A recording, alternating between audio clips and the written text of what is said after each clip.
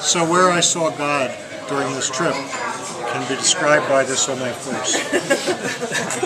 2 weeks ago when we started, Ivor is a new interpreter, and he said to me, I don't really know what we're doing here, and I don't know what to expect. And then today, he said, Ed, and when I turned around there was a mark right on my face.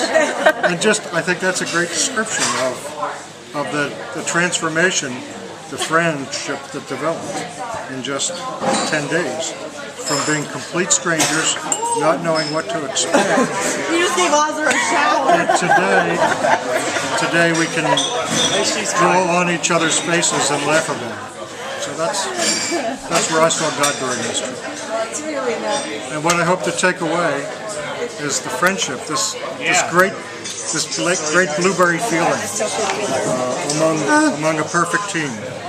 I wish I could have that always. With attention deficit disorder. with all of our flaws. You're cute. Yeah. That's an illness. We love you, Ed. Okay.